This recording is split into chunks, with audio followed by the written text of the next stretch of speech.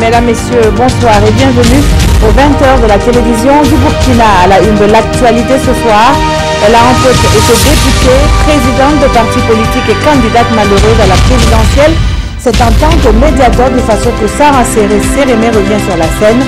Cet après-midi, elle a prêté serment, la main sur le cœur et ce, devant le président du Faso. La coordination nationale des syndicats de l'éducation a entamé jeudi dernier une grève de 48 heures sur toute l'étendue du territoire national. Un mouvement qui n'est pas sans conséquence quelques semaines seulement après la rentrée des classes. Le ministre de l'Éducation nationale et de l'alphabétisation est l'invité de cette édition. Face aux différentes tensions, eux se sont retrouvés pour échanger sur la vie de la nation. 4 chefs coutumiers étaient réunis à Tinkodogo dans la région du centre-est. Ce 26 octobre, une rencontre inédite à suivre dans quelques instants. Voilà donc qui fait la une. Bienvenue à tous. Elle a été nommée médiateur du Faso le 10 octobre dernier et c'est ce vendredi que Sarah Sérémé prête serment devant le Conseil constitutionnel. Elle jure de bien remplir ses fonctions en toute indépendance et impartialité. La cérémonie avec Jean-Eudes Bayala et Nyarkiteda. Les dossiers du médiateur du Faso sont désormais entre les mains de Sarah Sérémé. Aliman Deborah Traoré, après avoir passé 6 ans à la tête de l'institution, lui passe ici le témoin. Mais avant, le nouveau médiateur doit sacrifier à la tradition la prestation de serment devant les sages du Conseil constitutionnel. Je jure solennellement de bien et fidèlement remplir ma fonction de médiateur du Faso en toute indépendance et impartialité, de façon digne et loyale, et de garder le secret des informations détenues dans le cadre de l'exercice de mes fonctions. C'est un engagement solennel pris devant Kassoum Kambou et son équipe, en présence de témoins, pas des moindres, dont le président du Faso et le chef du gouvernement. Elle prend résolument l'option de travailler à amener l'administration et l'administré à vivre ensemble, unir ce qui divise et rassembler ce qui se disperse. Nous aimerons placer notre mandat sous le signe de l'ouverture, de la communication, mais de l'innovation surtout et de l'excellence. C'est ce qu'attend d'ailleurs d'elle le Conseil constitutionnel qui, après avoir pris acte du serment, a renvoyé le nouveau médiateur dans ses fonctions. Fonction lourde de responsabilité dans un Burkina post-insurrectionnel. Pour sa part, le médiateur sortant reste optimiste au regard des combats menés par sa remplaçante dans la vie sociopolitique. Âgée de 48 ans, Sarah Sérémé a déjà assuré plusieurs responsabilités dans le domaine de la réconciliation. Elle est mariée et mère de 2 enfants. L'ambiance d'une journée d'audience au palais de Kosiama. Présent, le chef de l'État a tour à tour reçu la secrétaire d'État au commerce extérieur bruxellois et le président du conseil d'administration de l'Institut 2IE. À la tête d'une trentaine d'hommes d'affaires, la secrétaire d'État belge s'est engagée à développer des échanges commerciaux. Le point de ces audiences avec Siedi Larienne et Oumou Sissé.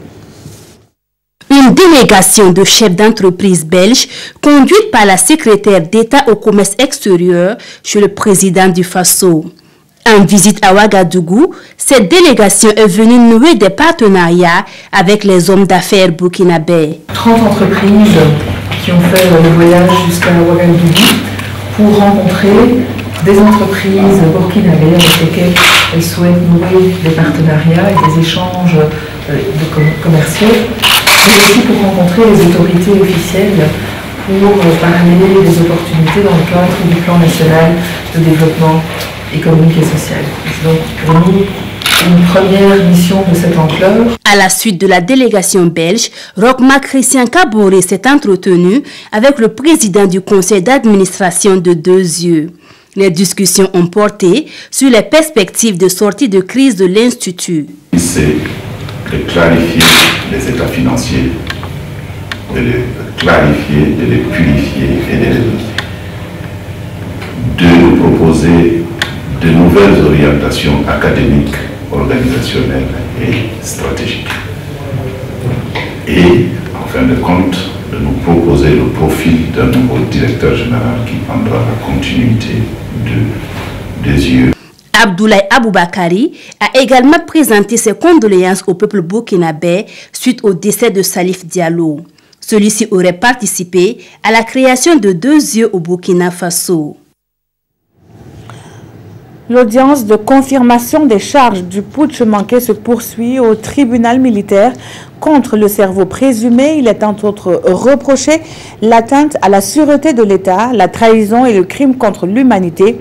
Selon l'avocat du général Diendéré, son client soutient que d'autres chefs militaires auraient donné leur bénédiction à ce coup de force contre les autorités de la transition. Précision, Ismaël Diloma Sirima. Le général Gilbert Diendéré devant la chambre de contrôle du tribunal militaire. C'est l'audience de confirmation des charges contre les 107 inculpés du dossier du putsch qui se poursuit. La défense du général demande l'annulation pure et simple de toutes les procédures pour plusieurs raisons. La première découle même des contradictions de l'ordonnance rendue par le juge qui, par exemple, dit qu'il abandonne telle charge et à l'arrivée, il retient la charge. Il y en a comme ça sur les coups et blessures, sur l'absence d'association de malfaiteurs. Le deuxième point, c'est la violation des droits de la défense depuis le début. Parce que je suis resté pratiquement seul dans le dossier, parce que le juge d'instruction a rendu une ordonnance d'irrécevabilité de la constitution des avocats étrangers. Et il n'avait pas raison. C'est la chambre de contrôle qui a pu me notifier des convocations pour eux au moment où toute l'instruction était terminée. L'autre raison que nous avons évoquée pour demander la nullité, c'est la perquisition. La perquisition a été faite au domicile du général en son absence. On a saisi des pièces qu'on a utilisées en expertise contre lui. L'article 58 de notre code de procédure pénale dit que lorsque de telles situations se présentent, c'est la nullité. Je n'invente rien, notre loi est claire, il faut annuler. Maintenant, autour de l'expertise. Premier groupe de 10 inculpés. 10 personnes seront donc entendues par jour jusqu'au 107e inculpé avant tout début de procès. Pour quitter ce rapport, il faut porter ce document à la reconnaissance du propriétaire. Pour qu'on soit sûr que c'est mon portable qu'on remet à un expert. Sinon, c'est trop facile. On peut ramener des éléments comme on veut, à charge. Et selon Maître Sommet, le général Diendéré aurait reçu le soutien de toute la hiérarchie militaire au moment du coup d'État. Il exige donc l'inculpation de tous ces hauts gradés. Des arguments présentés devant la chambre de contrôle qui devrait rendre ses décisions au terme de l'audition des 107 inculpés. En attendant, les avocats demandent le réexamen de leur demande de mise en liberté, car le mandat de dépôt de leur client n'aurait pas été renouvelé. Les militants de l'Union pour le progrès et le changement exigent que des sanctions soient prises à l'encontre du ministre de la Sécurité. Et pour cause, la vidéo qui circule depuis quelques jours où l'on voit Simon Compaoré tenant une arme et échangeant avec des démissionnaires du groupe parlementaire UPC. Face à la presse, ils donnent leur lecture de la situation, le compte-rendu avec Maxime Zongo. À cette conférence de presse, l'Union pour le progrès et le changement UPC accuse le mouvement pour le peuple et le progrès, MPP, d'être à la base de la démission de certains de ses membres. Une illustration, la vidéo du ministre de la Sécurité qui circule depuis quelques jours sur les réseaux sociaux. Le président du MPP, ministre de la Sécurité, permet dans cette vidéo de chicoter les militants que nous sommes et nous a envoyé à Bamako, tout simplement parce que nous rendons des visites pacifiques pour réclamer légitimement nos mandats. Va-t-il nous chicoter avec sa calache neuve? Permettez-nous alors de demander au procureur du Faso de bien vouloir faire valoir l'article 537 du Code pénal burkinabé qui punit les agissements de M. Compaoré à une peine d'emprisonnement de 1 à 5 ans et une amende de 300 000 à 1 500 000. Ces militants disent être déterminés à lutter pour le renforcement de la démocratie au Burkina. Ils ont pour cela décidé de ce qui suit. La poursuite de la mobilisation et le maintien de la pression sur les députés traîtres par tous les comités de base et dans les localités du Burkina et à l'étranger, et singulièrement dans les provinces concernées par les trahisons pour arracher les mandats. Le relèvement de leurs fonctions dans les instances du parti correspondants provinciaux, secrétaires généraux, des sous-sections, des sections et des comités de base. L'interdiction des traîtres aux réunions des instances du parti et à l'accès au siège du parti. Au-delà de ces actions vigoureuses contre les démissionnaires, Jean-Léonard Bouddha et ses camarades annoncent d'autres formes de lutte plus percutantes destinées à faire respecter les principes sacrés de la démocratie au Faso. 15 syndicats de l'éducation regroupés au sein de la coordination nationale des syndicats de l'éducation ont entamé depuis hier une grève de 48 heures. Cette coordination demande l'adoption d'un statut valorisant le personnel de l'éducation et de la recherche, l'amélioration de l'accès à l'éducation, l'amélioration des conditions de travail pour une efficacité du système éducatif et la valorisation de la fonction enseignante. Bonsoir, Monsieur le ministre. Bonsoir, Peggy. Le premier jour de ce mouvement de grève a été marqué par une marche de la Bourse du Travail jusqu'au ministère en charge de l'éducation avec un message. Celui-ci vous a-t-il été transmis, ce message? Je crois que le message n'a finalement pas été remis. Il y a eu un incident qui s'est passé, que l'on m'a relaté, que je voudrais vraiment déplorer. Et je crois que c'est pour cette raison que j'ai demandé également à pouvoir m'exprimer là-dessus. Les syndicats de l'éducation avaient déposé lors de la journée de l'enseignant, le 5 octobre, une plateforme revue minimale pour examen au niveau de l'administration. Et dès le 9, un préavis de grève a été envoyé par 15 d'entre eux au chef de l'État autour des 4 points que vous venez d'évoquer. Et immédiatement après, nous avons cherché à les rencontrer et nous nous sommes rencontrés le 20 pour ouvrir les négociations. Et ce jour, je leur ai dit mon étonnement parce que au niveau du ministère de l'Éducation nationale, nous avions convenu, les partenaires sociaux et l'administration, de rencontres périodiques trimestrielles autour desquelles nous faisons le point sur la marche du ministère, sur la progression vers l'atteinte des objectifs et des missions qui sont assignés à ce ministère. Et donc, j'étais assez surpris de voir que en si peu de temps, nous soyons arrivés donc à ce durcissement. Bon, soit, et dans le préavis, il n'était pas question d'une marche. Et même le vendredi, quand nous nous sommes rencontrés, je n'ai pas été informé que ces syndicats envisageaient une marche. Donc, moi, le jeudi, donc hier, je suis venu au bureau à 7 h et à partir de là, j'ai déroulé mon programme comme d'habitude. J'avais un certain nombre de réunions qui m'amenaient hors du ministère. C'est pendant que j'étais dans une de ces réunions que M. le secrétaire général m'a appelé pour dire que les syndicats de l'éducation avaient marché sur le ministère et souhaitaient remettre leurs mots en main propre. J'ai dit au secrétaire général, moi je ne suis pas au ministère, mais vous pouvez les informer. S'ils peuvent attendre le temps que j'arrive, je vais clôturer ma réunion et voir comment je vais partir de la réunion pour venir recevoir le message. 10 minutes après, il me rappelle pour dire, finalement, les syndicats ont décidé de repartir. Voilà le malentendu qui s'est passé. Et donc vous n'avez pas refusé de recevoir le syndicat? Je n'étais pas au ministère, donc je ne peux pas avoir refusé de les recevoir. D'ailleurs, même je crois que dans nos relations habituelles, je n'ai jamais refusé de les rencontrer. Même lorsque c'était des événements, j'allais dire, plus difficiles, comme le décès de Salifou ou d'autres occasions, je peux les citer. Donc, ce sont des relations que nous avons, que moi j'estime bonnes. Avec donc le dialogue n'est donc pas rompu? Non, je ne pense pas que le dialogue soit rompu. C'est vraiment une incompréhension parce que je n'ai pas été informé.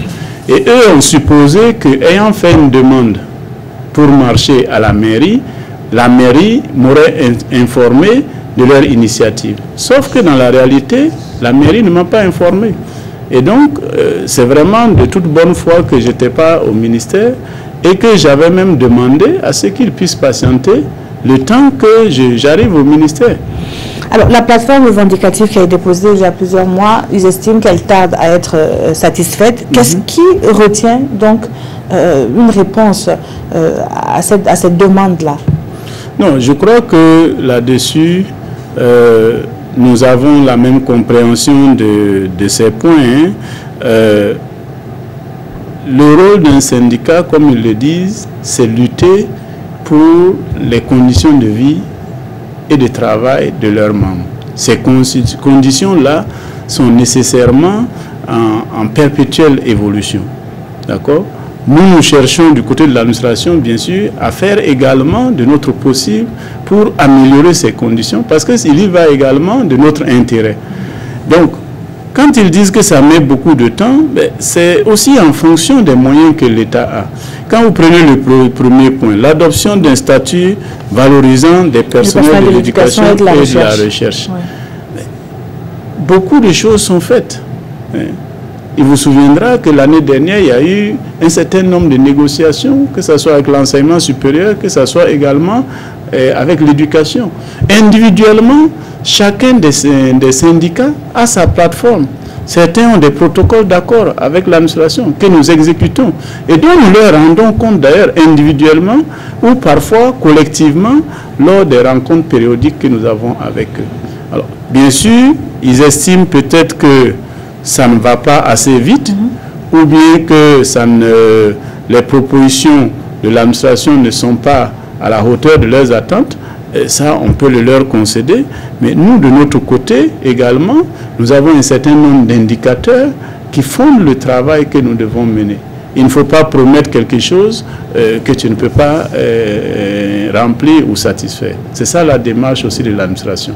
Alors, à ce jour, Monsieur le ministre, vu justement l'incident que vous avez relaté, est-ce qu'une démarche est prévue à votre niveau pour renouer, on va dire, quelque peu le dialogue, puisque c'est une attitude qui a été déplorée. Les syndicats sont même allés, certains responsables ont même demandé votre démission du gouvernement. Est-ce qu'à votre niveau, il y a des démarches qui sont prévues pour que le dialogue reprenne avec ces partenaires sociaux-là? C'est comme je vous l'ai dit, le dialogue n'a jamais été rompu. C'est vraiment juste une incompréhension, un malentendu qui est intervenu. Je voudrais rappeler quand même que l'ensemble des secrétaires généraux de ces syndicats ont mon numéro personnel, que je leur ai donné moi-même, n'est-ce pas? Et juste après l'incident, il y en a qui m'ont appelé pour demander pourquoi je ne me suis pas rendu disponible. Donc, je veux dire que on aurait pu également m'appeler avant pour dire, nous sommes en train de marcher vers le ministère et nous souhaitons vous remettre un mot. De la même façon, ils auraient pu, comme ils le font d'habitude, quand ils veulent marcher au niveau du ministère, ils déposent un papier au ministère. Ils ne donnent pas la commission à quelqu'un d'autre pour me la faire. Donc, je dis, c'est juste un ensemble de choses où il faut juste reconnaître qu'il y a eu un malentendu. Et puis, à partir de là, on va passer à autre chose. D'ailleurs, le vendredi, lorsque nous nous sommes rencontrés, nous nous sommes séparés en disant que nous avons pris l'engagement du côté du gouvernement que lorsque j'aurai rendu compte au chef du gouvernement, les orientations pour aller directement, directement aux négociations, je leur reviendrai. Donc nous sommes toujours dans cette phase-là et très bientôt je vais leur revenir avec les orientations qui m'auront été données. Merci, Monsieur le ministre, d'avoir été sur ce plateau. Et puis, un communiqué signé du ministre porte-parole du gouvernement que je m'en vais vous lire. Depuis le mercredi 26 octobre 2017, des policiers, à l'appel du syndicat Union Police Nationale UNAPOL, observent un débrayage marqué par l'abandon des postes et des manifestations sur la voie publique. Le gouvernement tient à rappeler que le rôle premier des forces de police est la protection des citoyens dans le cadre de la mission de sécurité intérieure assignée à la police nationale. Les revendications syndicales, quelle que soit leur importance, ne sauraient remettre en cause l'essence même de cette mission des forces de police et doivent trouver leur solution dans le cadre de dialogue républicain. Le gouvernement invite tous les policiers à reprendre leur poste et à regagner les casernes. Il s'est donc compté sur le sens de l'éthique et le respect de la discipline qui caractérise l'engagement de chaque policier pour que cette situation qui ternit l'image et la respectabilité de notre police nationale prenne immédiatement fin. Et c'est signé donc du ministre porte-parole du gouvernement. Dans la suite de cette édition, nous prenons la direction de Tenkodogo dans la région du centre-est. Même s'ils ne l'avouent pas, les remous sociaux actuels ont aussi motivé le déplacement de 4 chefs coutumiers autour de l'émir de Dori. Sur la terre de Zungrana, les têtes couronnées ont échangé sur la vie de leur royaume et de la nation. Une ambiance des grands jours comptée par Paul-David Bambara et Frédéric Etienne Bassenga. Ambiance des grands jours à Tenkodogo.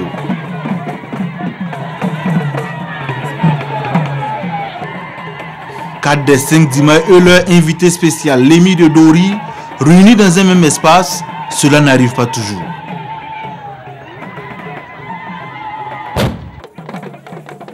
Naba Djikempole de Tenkodogo, Naba Sonre de Bousma, Naba Kiba du Yatenga et le Koupiengeli du Goulmou sont à Zungrantenga ou la terre de Zungrana pour échanger sur la vie de leur royaume et partant de la nation tout entière.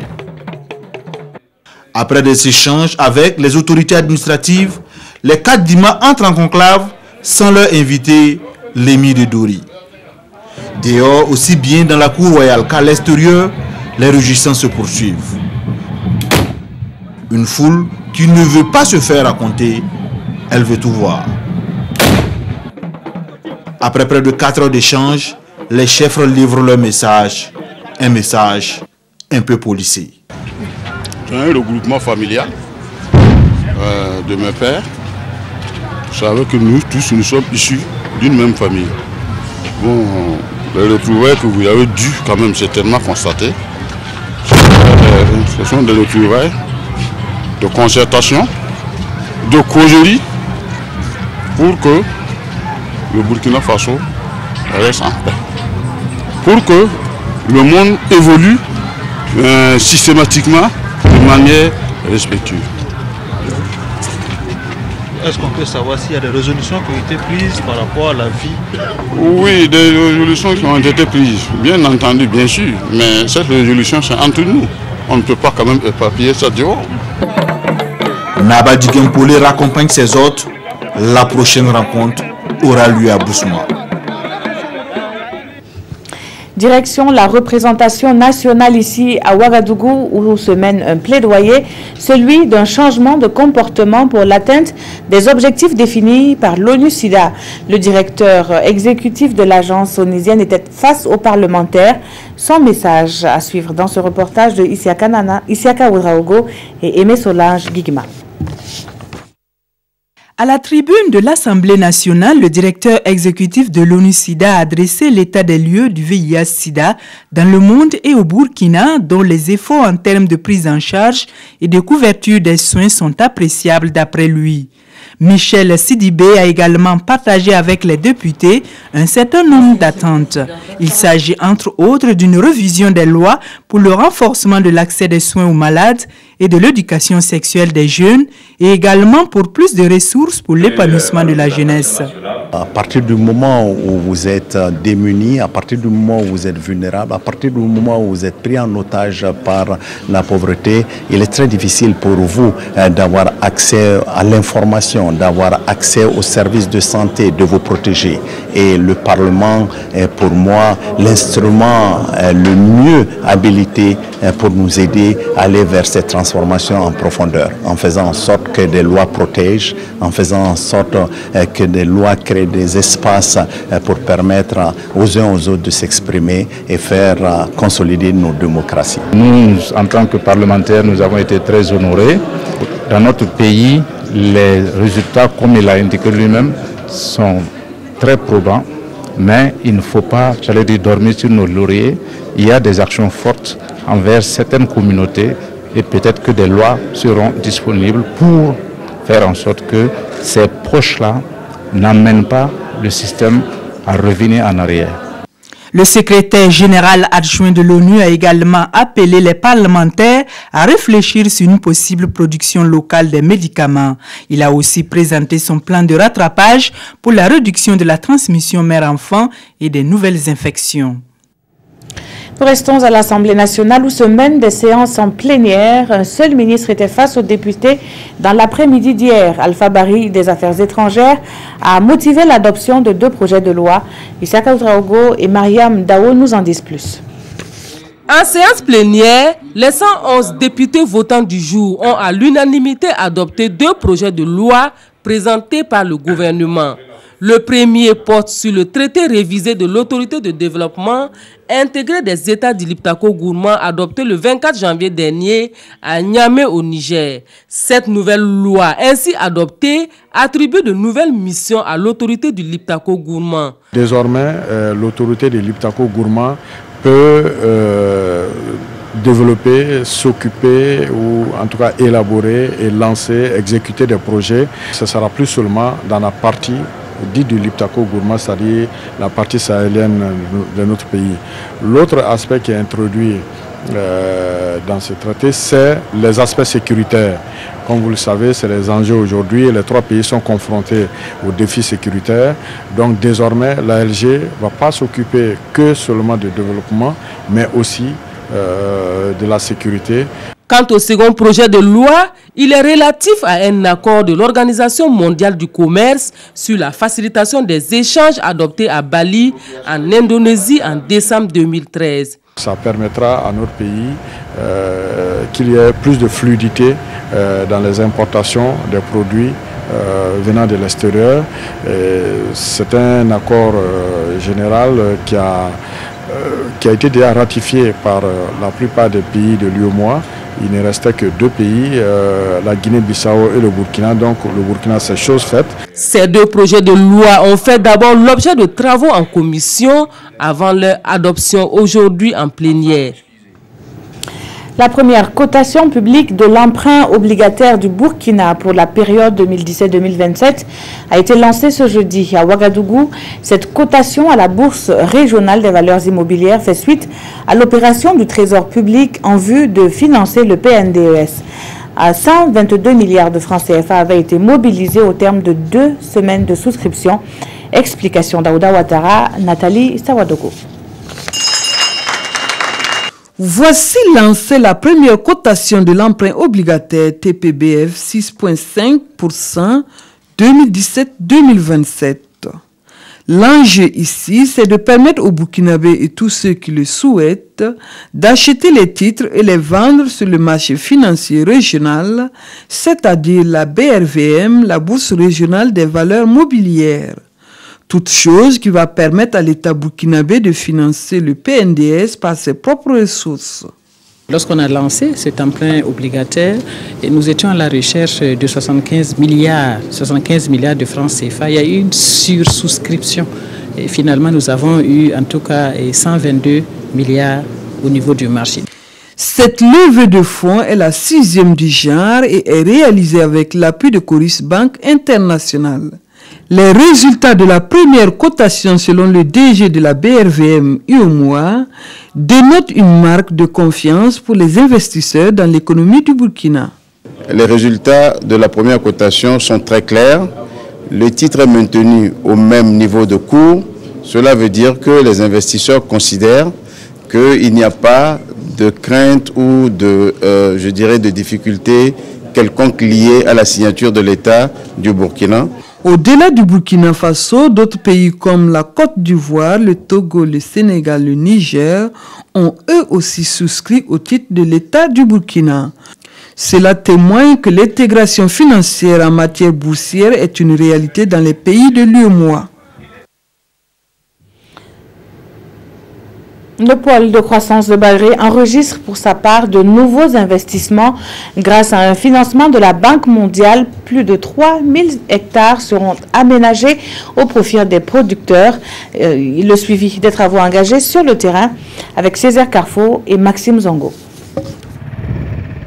C'est au pas de charge que la représentante de la Banque mondiale, accompagnée d'une forte délégation, a fait le tour du chantier pour constater de visu l'évolution des travaux. Principale étape, la mise en eau du canal par le chef de la délégation. C'est un événement très important qui représente une étape cruciale dans la mise en œuvre du projet Bagré. Ce projet comporte une nouvelle approche holistique qui permet la facilitation des investissements, la création d'emplois et l'amélioration des services publics au secteur privé. Une fois les travaux de ces caniveaux achevés, ce sont plus de 3500 nouveaux hectares de terrain qui seront irrigués. Principaux bénéficiaires, des milliers de petits producteurs, mais aussi des agro-investisseurs. Nous pensons que tout cela augure vraiment de lendemain meilleur dans l'atteinte des objectifs du PNDS, dans le cadre, n'est-ce pas, de la promotion donc du secteur privé, mais aussi en termes, n'est-ce pas, de production agro-silvopastorale visant, n'est-ce pas, l'autosuffisance alimentaire au Burkina Faso. L'exécution de cet important projet court jusqu'en fin 2018. Un financement additionnel de 50 millions de dollars, soit environ 30 milliards de nos francs, est attendu pour renforcer les acquis, notamment des routes, des pistes, ainsi que le réseau électrique. En bref, du sport avec la 30e édition du Tour du Faso. 102 coureurs ont pris part au départ de Koulbila ce matin pour rallier Tenkodogo, soit une distance de 139 km. L'Ivoirien Abou Sanogo a été le plus rapide en arrivant après 3 heures, 37 minutes et 45 secondes de course. Le Burkinabé Seydou Bamogo arrive en 2e position avec une seconde de retard sur Sanogo. La 3e place est décrochée par l'Érythréen Simon Moussoué. La vitesse moyenne de cette première étape est de 38,300 km/h. La 2e étape de la 30e édition du Tour du Faso est prévue pour demain entre Garango et Zorgo. Elle est longue de 95 km. Au Kenya, c'est sans surprise que Uhuru Kenyatta obtient le maximum de suffrages. L'appel au boycott de l'opposition semble avoir été suivi au regard de la faible participation à cette reprise de la présidentielle. Et face aux tensions, l'élection a été reportée dans les fiefs de l'opposition. Au Kenya, l'appel au boycott de l'élection présidentielle par l'opposition a semble-t-il été entendu. Le taux de participation devrait rester très faible, autour de 35%. Signe du chaos ambiant, le vote a été reporté à samedi dans l'ouest du pays. Dans ce contexte, la réélection du président sortant Uhuru Kenyatta ne fait aucun doute. Dans un pays plus divisé que jamais, après la mort de plusieurs dizaines de partisans de Raila Odinga, le leader de l'opposition. Vendredi matin, à Nairobi, la capitale, certains électeurs kenyans semblaient désabusés. On en a assez des politiciens, on veut continuer à vivre normalement. En tant que travailleur indépendant, on souffre beaucoup de la situation et on se bat tous les jours. Les politiciens doivent maintenant s'asseoir et se parler. Chacun devrait aussi parler à ses partisans et leur montrer que le Kenya est un seul pays, comme il l'a été ces dernières années.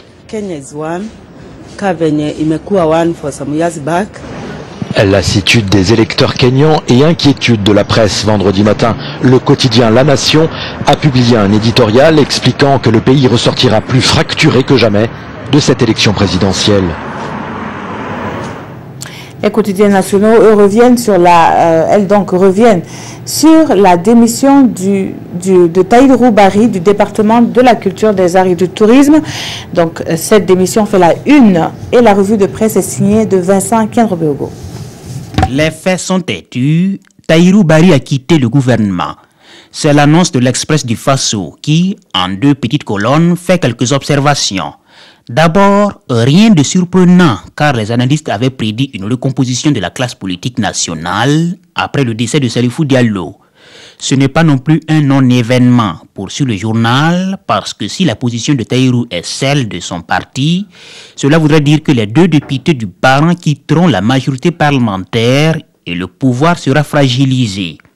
La majorité devra donc se recomposer et elle en a la capacité. L'observateur Palga donne les raisons de ce claquage violent à travers la déclaration très critique du ministre démissionnaire. Des jeunes livrés au chômage, un monde économique qui végète, un PNDS qui lui-même a besoin d'un plan d'urgence de sauvetage et des forces armées désarmées face à des terroristes armés sans l'arme de pitié, autant de raisons avancées par Tahirou Barry pour quitter le gouvernement. Mais aujourd'hui, au Faso, dans son édito, nous donne l'impression qu'un remaniement ministériel était imminent et se demande alors si Tahirou Barry, sentant son poste menacé, a voulu dévancer l'iguane dans l'eau. Ou est-ce son parti qui l'a contraint à partir? Quoi qu'il en soit, cette information dont la primeur a été accordée à la toile n'est pas la bonne nouvelle pour le gouvernement Paul Kaba Thieba II. Parlant justement de la toile et en tournant la page Tahirou Barry dans l'Obs, on tombe sur un autre fait né sur la toile. Dans une vidéo, le ministre d'État Simon Komporé, Kalachnikov à la main, gilet par balle à la poitrine, vole au secours de la famille d'un député UPC qui ne se sentirait pas en sécurité. Que le Gandaogo national prenne des dispositions pour assurer la sécurité d'élus menacés, rien d'anormal. Mais avait-il besoin de se donner un spectacle, se demande le journal. Et comme on le voit à la une du journal Le Pays, des militants UPC demandent que le gilet et le kalash soient envoyés au Sahel. Merci d'avoir suivi ce journal qui s'achève. Très bonne suite de programmes sur la télévision du Burkina.